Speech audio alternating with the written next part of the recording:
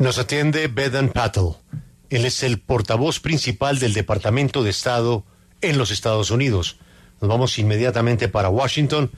Es un honor hablar con, pues, el lugar donde se produce la noticia que tiene en este momento contra las cuerdas a Israel.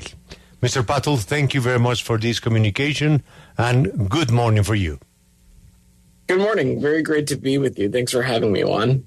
Mr. Patel, President of Colombia, Gustavo Petro, just said that Colombia must break relations with Israel if Israel do not respect the ceasefire. For the United States, what's going to happen if Israel do not respect yesterday resolutions of UN about the ceasefire?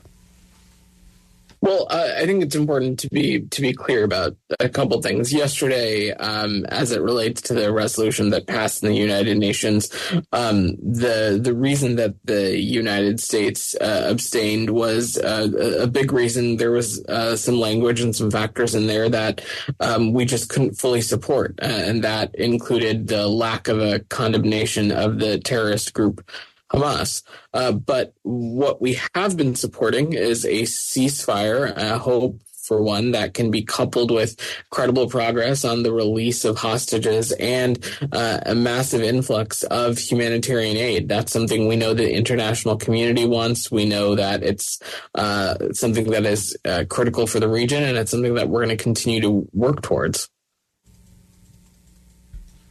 And let's say that definitely the whole world again give a lot of pressure to Israel to the ceasefire. And Israel insists in do not respect the ceasefire. There will be any sanction against Israel.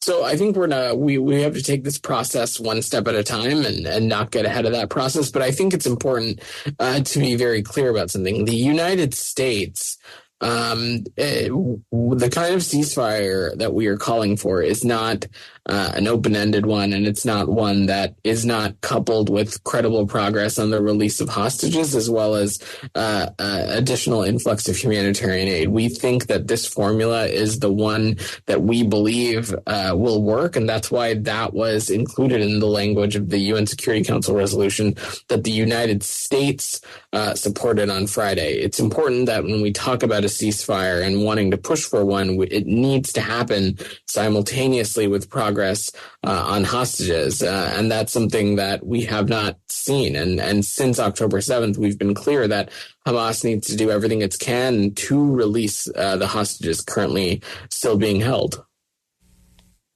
Mr. Patel, I would like to know, following up on the United Nations Security Council resolution, I would like to know if it's non-binding or if it's binding, because there's this discussion, ongoing discussion about this. And I would like to know if there is an ongoing discussion about this at the United Nations between the U.S. representatives and others on that. So my understanding is that it is a non-binding resolution, but this is something that we're going to continue to work towards in close coordination with our mission in New York and other permanent representatives to the United Nations. You just mentioned that you guys were not looking, with the resolution you guys promoted on Friday, a permanent ceasefire. So what is the ideal scenario for the U.S. if it's not a permanent ceasefire? We're looking for a ceasefire that is coupled with the release of the remaining hostages, a ceasefire that is coupled with an additional influx of humanitarian aid, and a ceasefire that creates the space for additional conversations and diplomacy to be had as it relates to broader peace, stability, and security for the region, one that includes tangible and credible steps towards a two-state solution where Israelis and Palestinians can have equal measure of justice and dignity and peace. We were very precise and very specific in the language that we pursued on Friday because we think that is truly, it is the only formula that we think works. Mr. Patel, how far do you think the Biden administration will go in its confrontation with the Netanyahu government and its evident desire for a change of government in Israel? So look, any change in government, that is up to the Israeli people and the people of Israel to determine. We certainly have no insight to offer as it relates to that. I think it's also really important to remember that we continue to view Israel as an important ally and partner in the region. We are two democracies who share a world point of view in a lot of key areas. And oftentimes, of course, friends, partners disagree.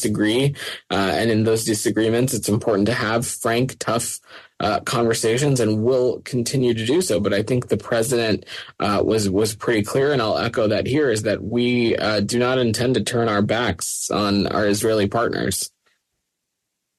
Mr. Patel, Israeli delegations not coming here to Washington, D.C., how will the U.S. be able to present its proposals to Israel since they're not going to be here this week? Well, face-to-face meetings certainly are not the only way in which we engage with partners around the world.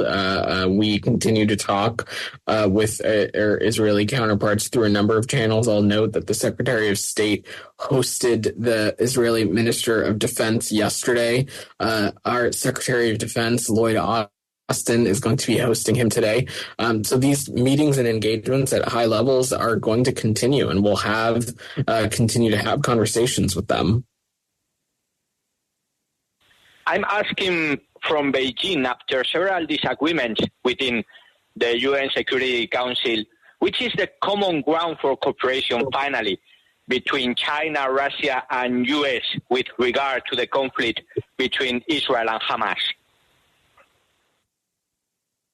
I didn't catch the first part of your question. I'm sorry. Yes, I'm asking about the common ground for cooperation between China, Russia, and the United States with regard to the conflict between Israel and Hamas after several disagreements within the UN Security Council. We have been very focused on the formula that we believe works, and that is one that is encompassing of a clear condemnation of the terrorist group Hamas, a ceasefire that is coupled with the release of hostages and the additional influx of humanitarian aid. We think that formula will create the space for additional conversations and diplomacy about peace and security in the region. Last question. Promise is the last question because you are short of time. The situation in Haiti. What's going to be the next step of United States to help Haiti against Mr. Barbecue? So, look, one of the things that we're going to continue to push for is the composition and makeup of this transitional presidential council. We think that it is critically important that this happens because it's one of the most dire humanitarian situations in the world. There are discussions and engagements ongoing. These are decisions for Haitians to make and for Haitian stakeholders to lead on. But we think that these important steps need to happen so that this transition presidential council can appoint an interim prime minister, can take charge of helping deploy this multinational security support mission from our Kenyan partners. All of this work remains, and it's imperative that Haitian stakeholders get this work done and move this process across the finish line. Thank you very much for your time, and we hope the peace arrive very soon to Gaza. Thanks very much. Muchas gracias. Él es el altísimo enviado especial del Departamento de Estado para las políticas de Oriente Medio. Él es el portavoz principal del señor Blinken. Resumen ejecutivo. Pues Julio, usted arrancaba preguntándole qué le pasaría a Estados Unidos si no se comprometen a este cese al fuego. Y él dijo que es importante destacar que la resolución que pasó en la ONU, pues tuvo abstención por parte de Estados Unidos porque ellos no estaban de acuerdo con cierta parte del lenguaje que tenía. Piensa que le hacía falta condenar a Hamas y que ellos sí aprueban un cese al fuego, pero que tiene que estar vinculado directamente con el acceso a más ayuda humanitaria, y también pues cree que es lo que todo el mundo en la región y en el mundo quiere, más acceso a ayuda humanitaria y también la liberación de los rehenes. Usted vuelve y le pregunta si Israel no cumple, si habría sanciones. Y él dice que en ese momento se tienen que tomar estos procesos un paso a la vez. Estados Unidos está pidiendo un cese al fuego que no es permanente. Ellos están pidiendo un cese al fuego que esté directamente vinculado con la liberación de los rehenes y que quieren, eso es la diferencia entre la resolución que pasó ayer y la resolución que pasó el viernes. La de ayer, ese cese al fuego no es vinculante con una liberación de los rehenes, y en cambio Estados Unidos sí piensa que tiene que ser vinculante, que para que ese cese al fuego pase tiene que ser en simultáneo con la liberación de rehenes, y además de eso condenar a Hamas. Luego le preguntaba a Juan Esteban si esta resolución es vinculante o no es vinculante, que si se puede ejercer la ley, y él dice que lo que entiende hasta el momento es que es non-binding, es decir, no vinculante, no tendría que ser ejercida.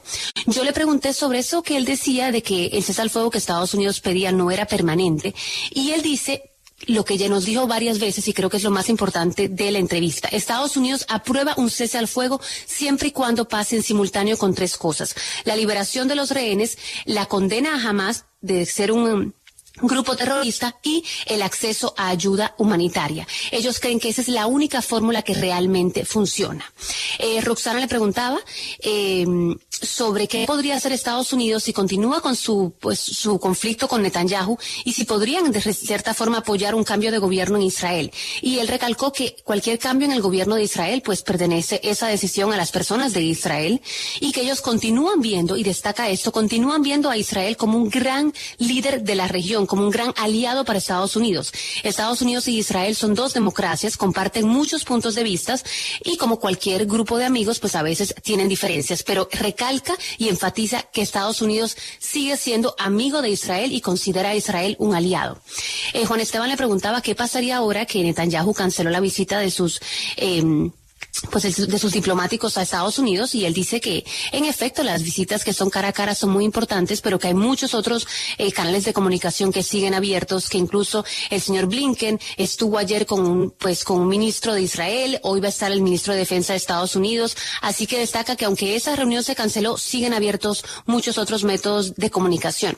Luego Alberto le pregunta desde Beijing sobre las diferencias que había entre Rusia, China, Estados Unidos, y que cómo pudieron conseguir ese punto en común para poder pasar la resolución de ayer.